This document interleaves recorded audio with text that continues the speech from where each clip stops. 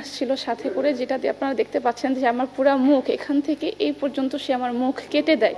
এবং আমার ড্রেসিং টেবিলে একটা টুল ছিল, ভারী কাঠের টুল দিয়ে সে হচ্ছে আমার পুরা মুখ ভেঙে দেয়, যেখানে আমার নাক, চেহারার হাড্ডি সব ভেঙে যায়। যে আপনার নাকি 5টা বিয়ে, এইটার আসলে সত্যতা কি? তা আপনাদের বিয়ের কাবিন কত ছিল? বা তখন জাস্ট মনে হচ্ছিল যে আমি একটা জাহান্নামের শাস্তি ভোগ করতেছি, আমার একটা বেবিকে নিয়ে দ্বিতীয় বিয়ে করা উচিত হয় না। এবং তাসনিম, আপনার স্বামী আপনাকে নির্যাতন করেছিল, সে নির্যাতনের একটি ছবি ফেসবুকে সাম্প্রতিক সময়ে এসে ঘুরে বেড়াচ্ছে।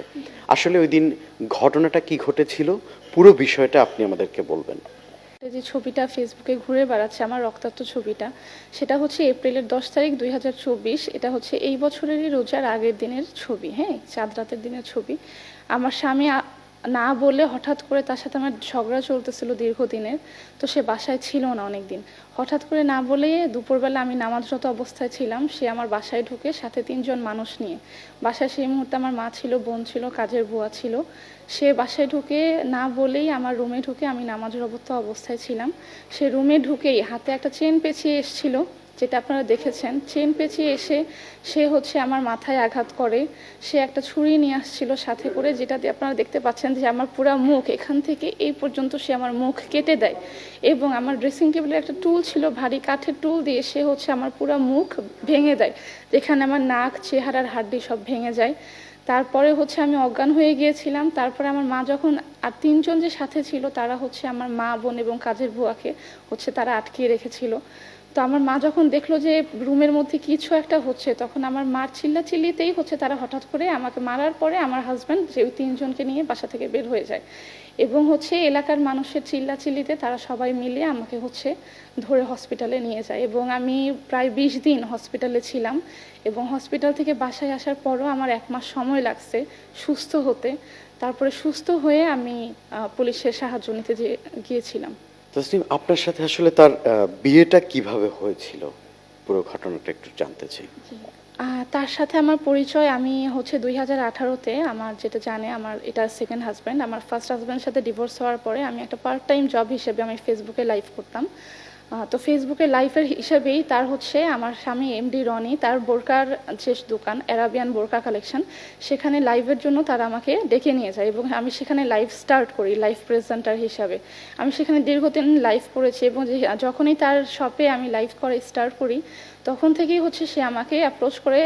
ফার্স্টে হচ্ছে একটা মালিক হিসেবে তার সাথে আমার পরিচয় হয়, তারপর থেকেই সে আমাকে নানানভাবে ফোন দিতে থাকে, আমার সাথে ফ্রেন্ডশিপের একটা সম্পর্ক তার সাথে গড়ে ওঠে।